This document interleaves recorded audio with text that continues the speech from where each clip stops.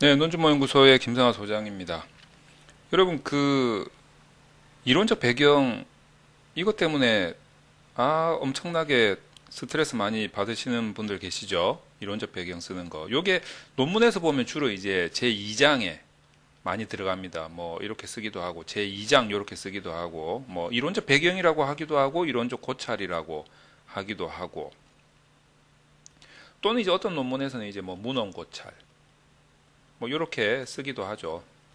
그리고 영어에서는 무슨 previous research review 뭐 이 정도 사용하는 것 같습니다. 보통 이제 이론적 배경에 어떤 거 쓰느냐라고 한다면 대부분은 이제 첫 번째는 그 연구에서 사용되는 주요 키워드 있잖아요. 주요 키워드. 여러분들 그 학회 논문 같은 거 자세히 보시면 초록 제목 밑에 저자, 연구자, 그 다음에 초록, 그 밑에 뭐 주요 키워드 이렇게 해가지고 뭐 한 네다섯 개 키워드를 많이 적죠. 그 연구에서 사용되는 키워드가 대부분 보면 대상, 도구 또는 이제 뭐 방법 뭐 이런 게 들어갑니다. 어떻게 보면 대도방이잖아 이거. 그 정도로 대도방이 연구 설계에 있어서 핵심 3대 요소이기 때문에 만약에 대상이 그냥 일반적으로 누구나 다 아는 대상이다 이러면 굳이 설명할 필요 없잖아. 근데 이 대상이 좀 설명이 필요하다라고 했을 때는 이론적 배경에서 한번 고찰을 해주는 거죠. 그리고 이 연구에서 사용되는 도구가 좀 설명이 필요한 도구다라고 한다면 이론적 배경에서 고찰을 좀 해줍니다. 주로 보면 이제 뭐 개념에는 뭐 정의, 뭐 등이라든가 뭐 구성 요소, 뭐 이런 것들이 들어가기도 하고 또 이런 도구들로 구성된 이론이 있다면 이론도 설명해 줄 수 있죠. 아울러 이 대상에 대한 고찰은 주로 보면 이제 이 대상에 대한 개념 플러스 필요하다면 뭐 현황 같은 거 이런 거 이제 설명해 줄 수가 있겠죠. 그리고 방법 같은 경우에는 요거는 사실 3장에서 사용되는 내용이죠. 그래서 이제 연구 방법 또는 이제 뭐 제3장 연구 방법에서 주로 많이 설명을 하고 있는데 만약에 이 방법이 조금 잘 모르는 기법을 인용해서 사용을 한다라고 할 때는 가끔 가다가 보면 2장에서 이론적 배경에서 고찰하는 경우도 가끔 있습니다. 그래서 여러분들 요거는 이 방법을 2장에서 쓸 것이냐, 3장에서 쓸 것이냐. 요 부분은 여러분들이 이제 스타일 문제이기 때문에 여러분의 선배 논문, 학생이라면 선배 논문, 그리고 학회에 제출한다면 그 학회 스타일을 조금 참고하셔가지고 이 방법론을 2장에다 쓸지, 3장에다 쓸지, 요것들을 결정을 하시면 될 것 같아요. 어쨌든 이제 어떻게 보면 요런 내용들이 주로 보면 2장의 이론적 배경으로 들어갈 수 있는 내용인데 이거 작성하는 방법을 여러분들 곰곰이 생각해 보면 이거 여기에서 내가 주장을 할 수 있을 것 같아요? 주장 못 해요. 이거 뭐 누구를 납득시키는 문제가 아니고 이거는 말 그대로 설명하는 설명을 하기 위해서 소개를 해야지. 그러니까 이 부분은 어쩔 수 없이 거의 대다수의 내용이 인용 처리를 할 수밖에 없어요. 그러니까 여기서 인용 처리를 잘 못하거나 아니면 이제 출처를 밝히고 뒤에 참고 문헌을 1대1로 매치를 안 시키거나 뭐 이렇게 했을 때는 이제 표절의 위험성이 커지는 거죠. 이게 이제 지나치게 위험성이 커지면 논문 전체에 대한 학술적 가치를 훼손할 수 있게 됩니다. 그래서 이 부분을 굉장히 조심해야 된다는 거죠. 그러면 우리가 이런 이론적 배경을 좀 잘 쓰기 위해서 어떤 방법을 사용하는 게 좋을까? 이거 누구나 한번 논문 쓰는 사람들은 고민하지 않았겠어요? 예, 엄청나게 고민 많이 합니다. 뭐 저 같은 경우에도 이걸 어떻게 하면 좀 효과적으로 가성비 있게 쓸 수 있을까? 이렇게도 써보고 저렇게도 써보고 하면서 시행착오를 겪게 되는 거죠. 요 시행착오를 겪는 과정에서 대부분은 이제 이탈합니다. 나 때려치우고 그냥 안 할래 하고 이제 그냥 가버리는 경우도 많고 그냥 나 이제 뭐 논문 이제 뭐 써봐야 뭐 내 인생에 별로 도움되지도 않는 것 같고 내 경력에 뭐 크게 이제부터는 도움이 안 된다라고 하면 이제 포기한다거나 중도 이탈하는 경우가 되게 많죠. 근데 어쨌든 이제 이거를 이제 중도 이탈하지 않고 계속 시행착오를 겪고 또 시행착오를 겪고 또 시행착오를 겪고 하다가 보면은 이것도 역시나 인간이 하는 일은 똑같은 일을 계속 반복하다 보면 요령이 생겨요. 이것도 이제 요령이 결국에는 생기기 마련이죠. 그래서 이제 제가 이 사람마다 좀 요령이 다를 수 있는데 제가 느낀 저한테 생긴 그 요령은 바로 이겁니다. 그냥 한마디로 딱 표현하자면 이 자체는 질적 연구 스타일로 하는 거예요.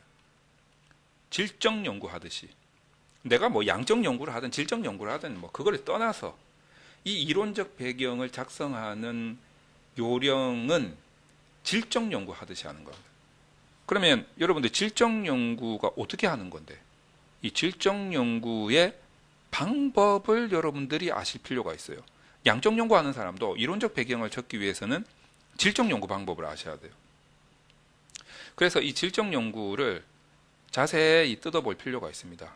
그러면 우리 그 질적 연구하는 것도 여러분들 서점에 가보면 책이 있어요. 그 책을 보면 뭐 5대 방법, 6대 방법 이런 식으로 막 나온단 말이에요. 근데 5대 방법이든 6대 방법이든 무슨 뭐 저 할아버지 방법이든지 간에 질적 연구는 결론은 이겁니다. 질적 연구의 핵심은 뭐냐면 결국 코딩입니다. 코딩. 그래서 이게 코딩이 웬 말이냐? 그 양적 연구의 데이터 코딩하는 그 코딩을 의미하는 거냐? 그거하고는 약간 다른 코딩이에요. 어떤 거냐면 질적 연구에서의 코딩은 태그를 다는 겁니다. 태그. 여러분들 요새 인터넷 많이 하시는 분들은 태그가 어떤 말인지 아시죠? 태그. 요거를 어떻게 제가 설명드릴 수 있냐면 예를 들어서 A가 인터뷰를 했다 칩시다. A의 인터뷰.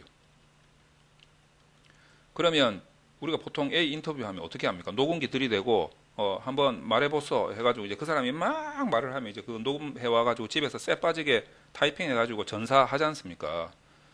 그러면 이제 인터뷰 자료가 이렇게 나올 거 아니에요. 이제 이렇게 전사해가지고 텍스트, 이게 뭡니까? 텍스트지. 예, 텍스트가 이렇게 나오잖아요. 그럼 이제 내가 봤을 때 이걸 읽고 이제 고민을 하는 거지. 이렇게 쫙 읽고, 여기서 여기까지의 문장의 내용이 뭡니까? 결국에는 행복하다. 행복하다라는 말이구나. 이 행복하다라는 아주 축약된 단어 내지 그 아주 간단한 문장, 아주 간단한 뭐 문구를 가지고 이 문장에 태그를 다는 거예요.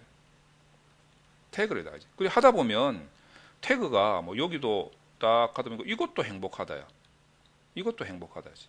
그럼 이거하고 같은 거잖아요. 그리고 가만히 보니까 C의 인터뷰 내용도 보니까 전사를 해가지고 읽고 고민을 쫙 하다 보니까 이것도 행복하다요. 이것도. 그러면 내가 인터뷰했던 이 질적 자료에서 뽑아낼 수 있는 하위 카테고리 주제는 행복하다라는 게 하나 잡힐 수 있으며 이런 행복하다라는 태그가 나올 수 있는 근거는 이 사람의 이런 말, 이 사람의 이런 말이다 라고 정리를 해줄 수 있다는 거예요. 하다 보면 행복하다가 또 뭐 행복하다하고 뭐 즐겁다, 기쁘다 이런 것들이 또 나올 거 아니에요. 그럼 이 세 개를 합쳐서 내가 예를 들어 가지고 뭐 만족감 뭐 이런 식으로 또 큰 태그를 하나 달 수 있는 거죠. 이게 어떻게 보면 굉장히 중심적인 의미 단위가 될 수 있는 겁니다. 이런 식으로 질적 연구는 대부분 이루어져 있어요. 내러티브를 하든 현상학의 뭐 각종 기법들을 하든 근거 이론을 하든 결국에는 이런 구조를 가지는 게 질적 연구예요. 그러니까 우리가 이론적 배경에서 문헌고찰을 한다. 어떤 개념을 설명을 한다. 라고 했을 때는 여러분들 기본적으로 인용문이 있어야 될 거 아니에요. 인용문이 이런 형태지. 인용문이 이런 형태라고요. 그러면 이 인용문에 A라는 학자가 또는 연구자가 뭐 2007년도에 이런 말을 했어요. 그리고 B라는 학자가 2012년도에 뭐 이런 말을 했다거나 이런 연구를 했다 이거예요. 그러면 여러분들은 기본적으로 여기에 태그를 달 필요가 있어요. 얘도 태그를 달 필요가 있다고. 태그를 달아가지고 보니까 얘가 뭐 예를 들어가지고 뭐 우울을 도구로 내가 사용을 하는 연구를 하면 우울에 대한 정의. 얘도 보니까 우울에 대한 정의야. 그러면 이런 인용문들을 다 모아야 됩니다. 출처를 비롯해서 참고문헌까지. 그래서 내가 우울에 대한 정의를 설명하는 거죠. 어떻게 보면 이 방식이나 맥락이 같다라는 거예요. 그러니까 결국에는 뭡니까? 이론적 배경을 작성을 해서 내가 지금 현재 진행하고 있는 연구 대상과 도구, 방법을 설명을 하겠다. 이론적 배경에서, 제2장에서. 그러면 기본적으로 인용문을 수집을 해야 돼. 마치 질적 연구에서 인터뷰 자료를 수집하듯이.